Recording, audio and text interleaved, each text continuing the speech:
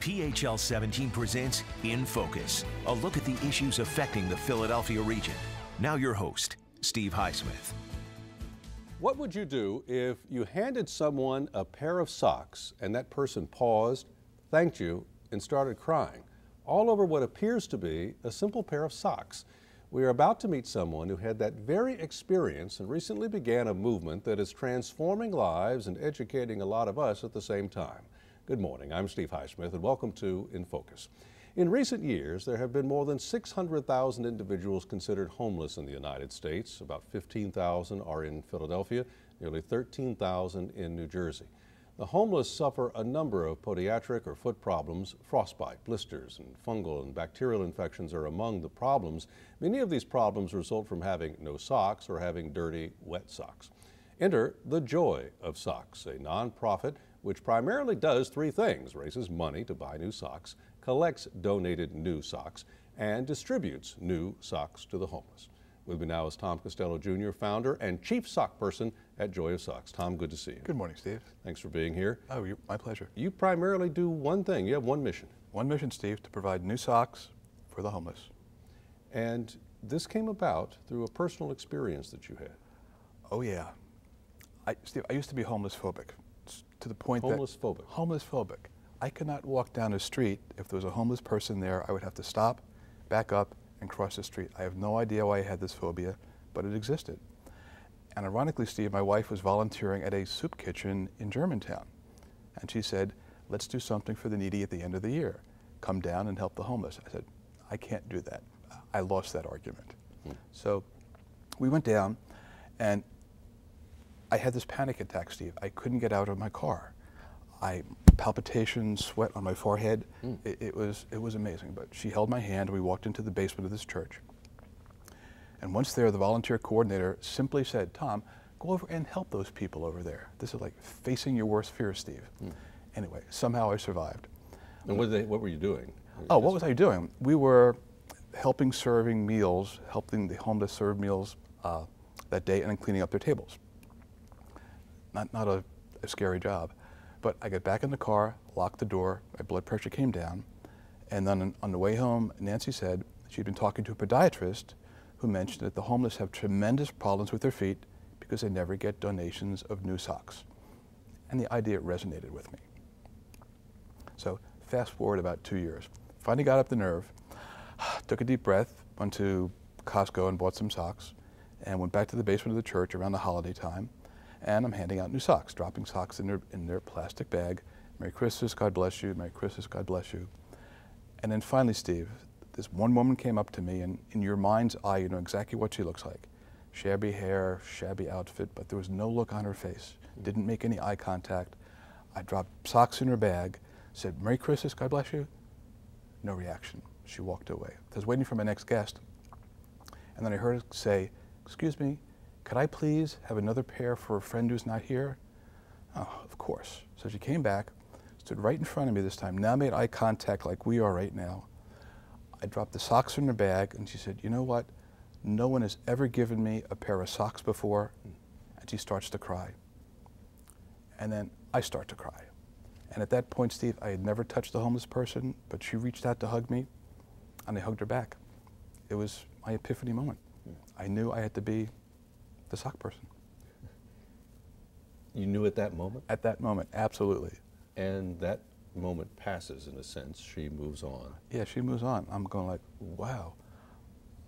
I touched a homeless person. I'm still alive. I'm not having a heart attack. I'm providing socks and making them happy and doing something good for them. I've got to do this. And when you left there that day or night, did you start the next day, that evening? I mean, how did this then take the next step? Steve, it was, like you said, an epiphany. Driving home, we came up with the name, The Joy of Sox. I started to do in my head a sort of a marketing plan how we would do this. And we went back and we applied for the 501c3, which is the IRS designation for a nonprofit. And we just started the wheels rolling to make this a local, small sock place in Germantown. And this has taken on this huge life in just 3 years or so that you've been doing this on this full-time, nonstop effort to do it. So but your mission is fundamental, which is get socks to people. Absolutely. So let's talk about the socks for a moment. Sure. Because you talk about foot problems and other things we want to avoid. And it almost boggles the mind to think that there are coat drives and there is food available, but people forget about the socks. or the socks wear out very quickly. Correct. So what kind of socks are we talking about? Okay, could you just back up a little bit, if Sure. you don't mind? If I asked you, Steve, what do you do when your blazer wears out, or your pants, or your sweaters, or your jeans? You probably donate them to a good cause. Mm-hmm. What do you do with your socks? I throw them out. You throw them out. So when the homeless go to a distribution place, they don't have socks. Very rarely do people donate new socks.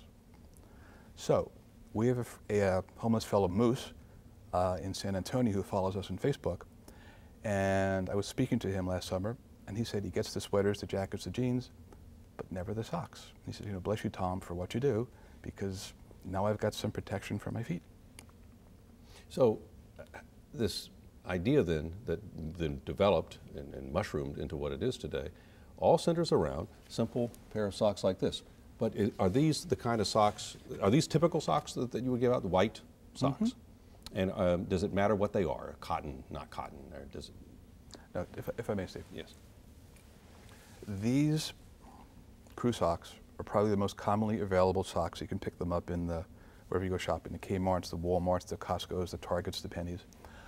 Typically they come in a multi-pack, and they're great. They have cushioned on the bottom, they have elastic up here, and it's a great sock, easily available, easily affordable, and we can hand these things out all day. Do you get any help from any of the sock manufacturers? We're working on it. A little bit so far, not as much as we had anticipate, but. What, do they give you seconds, the rejects? A couple of things. One, there's a manufacturer that provides us with new socks periodically throughout the year, a case of about 330 socks. And we have a manufacturer in Alabama who provides us free seconds that we distribute. But the seconds, you probably have to toss a lot of them, wouldn't you imagine? Yeah, with the seconds, seconds are cosmetically defective, and we get this big case of them. And we have volunteers come through, and we'll take the socks, we'll separate them into men's, women, and children, and then we'll put them in boxes for distribution to shelters. But there is a fair amount of waste there. But the socks are free, so we don't complain. Now, the socks that you're talking about here, these crew socks that you're talking about, is there a need more for an adult size? Do you need an equal amount for every age? I mean, how does that work? Okay.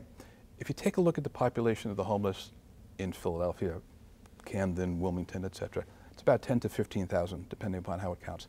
Excuse me. And most of them are men, about 80% men, maybe 15% women, and the rest children. So if I could write the script, I'd like 80% of the contributions to be men, 15% women, and 5% children. And when people give socks, though, I mean, we talked about wearing them out. What do you do with them? They wear out so quickly. How long do they last for, I don't know if there is such a thing as a typical homeless sock experience, but I mean, how long do they last? Okay. If you only have one pair of socks, you're probably going to wear them 24/7. And since the homeless walk wherever they go from one location to another, they're in them all the time. And they're rubbing against their shoes. And we figure they last about a month before they would need a new pair, before they get threadbare. So think about that if you're able to donate socks, which is, hey, I'm giving 6 pairs of socks. Well, at best that lasts 6 months, which is good. But that's if you're wearing the same pair every day, which is not a good thing to do. No, it is not. So what progress are we making with your program in trying to get people to say, okay, you have pairs of socks now, and changing them so that they stay dry and clean? I mean, is that part of the challenge? Oh yeah, because we do not have enough socks right now to provide every homeless person in Philadelphia with one new pair of socks a month. So our challenge is that we go into a shelter and we'll give 400, 500, 600 pairs to the shelter, and they may go through that in a couple of weeks, and then we just don't have the contributions to come back again and replenish the supply. And how do you get contributions? I mean, how can people help you? You have 2 types of contributions. You have the sock contribution, you have money. Correct. That you will accept. How does that happen? Oh, Steve, it can be so fun. We have whole sock drives, a school, say, take a K through 8 school. Maybe the principal or the head of school will agree this is a good cause and ask the students to bring in socks. So typically they will bring in a multi-pack of socks, and maybe we'll have the fourth grade compete against the third grade or whatever, and there's some competition, and it runs for 2 weeks, and maybe the principal will give a pizza party to the class that gets the most. I wind up getting 600, 2,000 pairs of socks. It's just wonderful. And people can donate directly. They can go, we'll be giving the website address, Correct. But there's a means to donate cash so that you can go out and buy these socks? Yeah, we actually do accept cash also. Do that. And do you get any kind of price break from the manufacturers for this kind of thing? Oh, too? absolutely, sure. Okay. We get both the wholesale price break and as a nonprofit. The homeless, and we're looking at a photo here of someone whose socks are very badly worn, and then some work where people are actually bundling these together for you to hand out. You've got help from Villanova University, you have other people, Chestnut Hill College. You've done work with that. You're a teacher, you're a professor, so I mean you know a lot of people who are very much aware of the problem and also can tap students to help you with this kind of thing. Do you get a lot of help in that direction? Absolutely, Steve. It's amazing. If I talk about our mission, there seems to be, it resonates with a lot of people. It seems to resonate with a lot of students, because I'm finding a lot of students today, in addition to trying to pursue their academic pursuit and their social life, also want to be able to give back to part of the community. So we get involvement from, you mentioned Villanova, Chestnut Hill, Cabrini, many schools out there. And what has surprised you most about this endeavor since you started? Because this was a personal experience for you. This was something that you maybe didn't imagine was going to take on the proportions it has, but this was something you've sought to fulfill. What has surprised you so far on this journey? A couple of things. One, me. That I turned from this homeless phobic person who could not walk down the street to not literally hanging out with the homeless, but going to these shelters all hours of days and night, delivering socks at night, talking to them, finding out what they're about. That's just been a complete metamorphosis. And the second part, Steve, is the reaction to a lot of people in the community. We have dozens of volunteers. We have people that call us up. We get people that send us socks from South Carolina and Seattle. It's just absolutely amazing. So this is taking on a national or international connection? Yeah, right after we started, we had our first event in Thanksgiving 2 years ago. And we were fortunate enough to get some local media coverage. And with that, we had people from, it was San Antonio and St. Louis and Boston and Phoenix, various locations across the country. How can we help? And we're going to find out how they did and talk more about this in a moment. Coming up, more on homelessness and the joy of socks ahead on In Focus on PHL 17.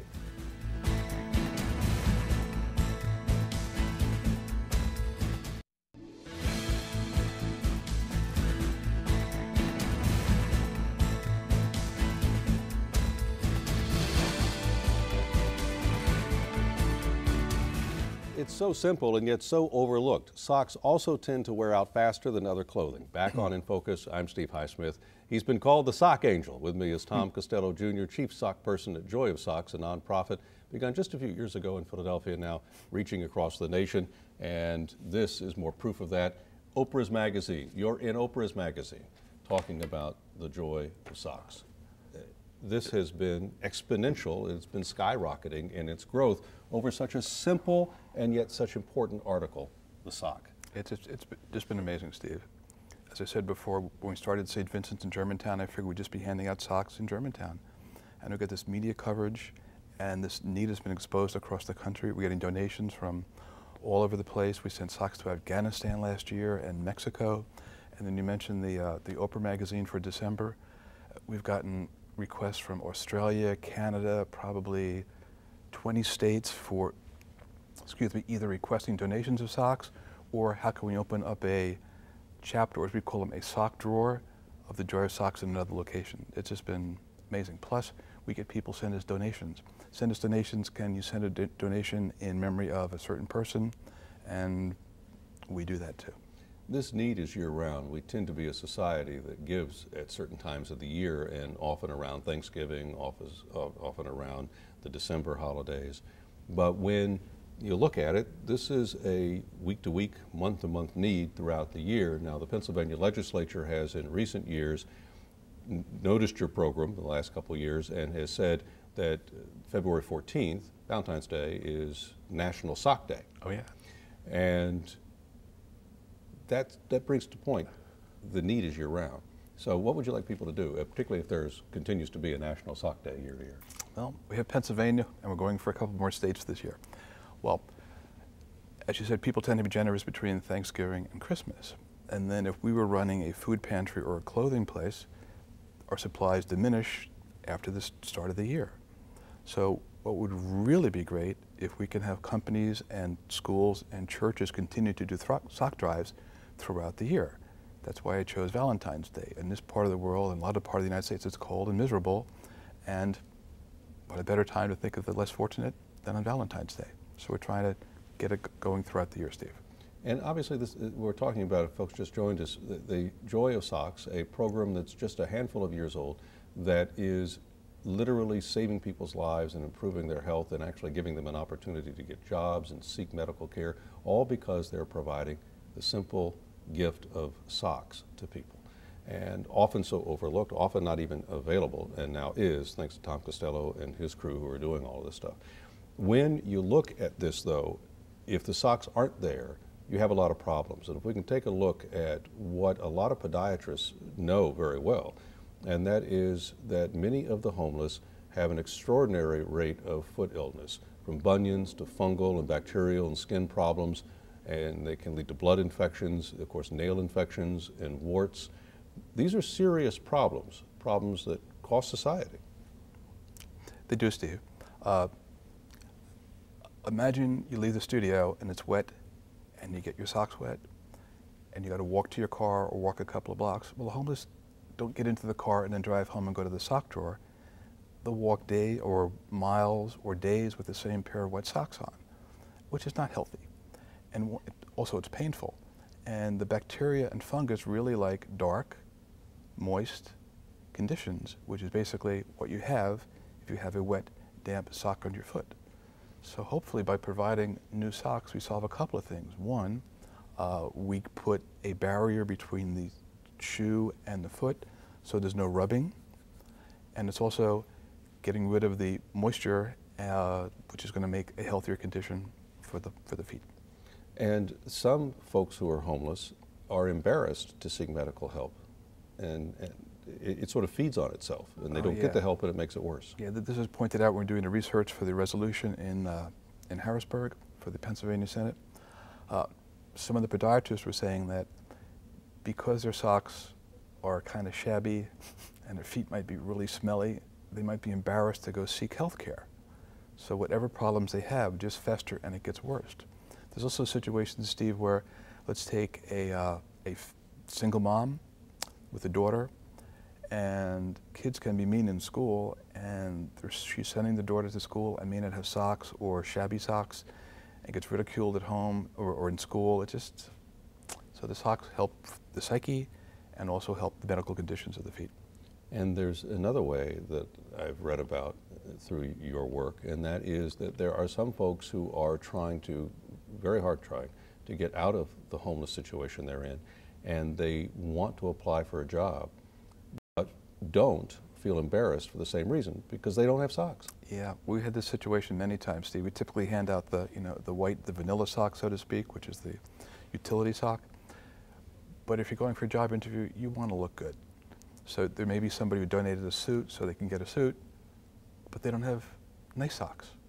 So we have a wide selection of socks, including dress socks. And a couple of times the guys will come up, "We got any dress socks? I may have a job interview next week," and it makes me feel good. Now, do you get any feedback from these people that they say, because of what you did, because of what you provided me, good things happened? I haven't had that yet, Steve. The homeless population may be transient. I don't have a homeless friend that I see week after week or month after month, but we do get feedback from, say, this fellow Moose in San Antonio that, bless you for what you do. I can't do anything. I'd never get socks if it wasn't for you. Well, I don't want you to spend what little money you have on trying to do that kind of research yet. But what I'm saying is, though, is that we know, I think, through those kinds of stories and by word of mouth, anecdotally, that these things do have an impact. It's just logical that it would have a positive impact.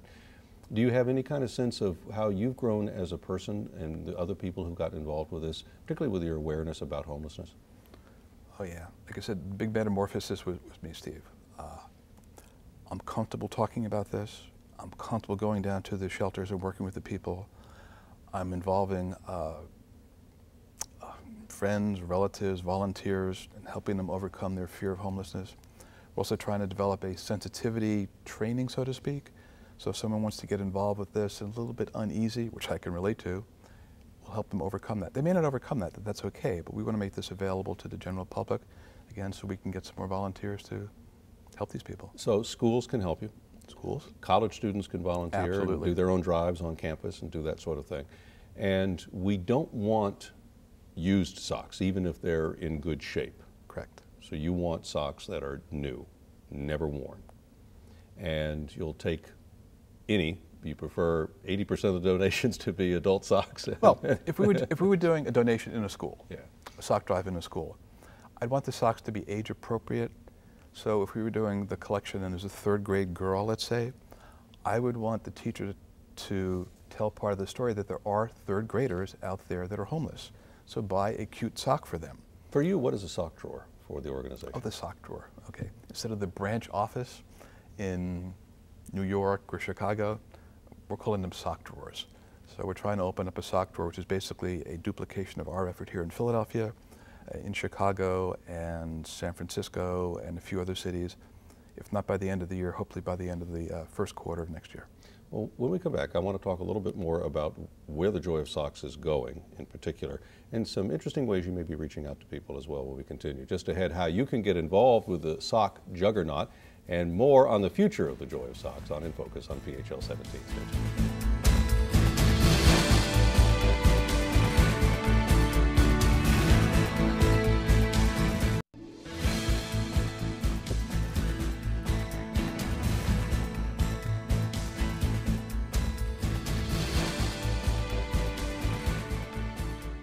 In Focus continues on PHL17 with the Joy of Sox and founder and chief sock person, Tom Costello Jr. You have this thing called the 1.2 million Happy Toes Initiative. What is that? Steve, it's a marketing program we're rolling out. And what it is let's assume, this involves some math, so bear with me here. Okay. If there's 10,000 homeless in the Philadelphia area, about, each have 10 toes, and we need a new pair of socks once pair a month, that's 12. So you do the math, that's 1.2 million. So the name of the campaign to get one new pair of socks once a month for every homeless person is the 1.2 million Happy Toes Initiative, Philadelphia. That's a good goal. Yeah. And so people can find out more about that by going to the website, which we'll give more information on as well. You also have another way you're trying to reach out to people, which is in its early stages, the iPad app. Oh, this is amazing. We have an iPad app out that tells our story. There's a couple of videos. It's a nice overview. We've got some interviews with homeless people we did here in Philadelphia, and it's a nice, concise little app. It's available on the iPad. It also has a donate button. And what is your hope?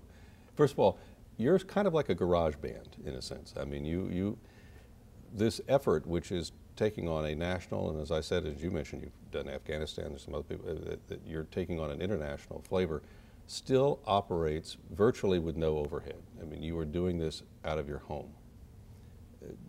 It sounds like you need a place. Oh, you see, one of the, if we do an analysis, one of our weaknesses is we have the storage areas in the garage right now. So we are actively looking for somebody in the Wayne King of Prussia area who would like to donate some area for our operations, for interns to come in and work, for volunteers to come, and for the storage of these socks, and we can package them and get them out to the This sounds like a remarkably efficient effort, though. There's not a lot of managerial expenses here that are not borne by you personally. In other words, there are this is a good investment for someone. Oh, exactly. This is not wasted money. No, it's not wasted money at all. The overhead is minimal. Virtually non-existent. And now there are some transportation costs and there are shipping costs if you're getting things over, to some other place, and there are fuel costs and things like that come into play here. But fundamentally, that's where the cash helps. But you need socks. Absolutely. And so people can do school drives, they can do individual drives, they can just purchase socks themselves and can get them to you. And what's the best way to get them to you? Well, if I may back up, in addition to schools, we also have companies. That's true. There are companies that want to do sock drives, get the sales department against the accounting department, see who gets the most.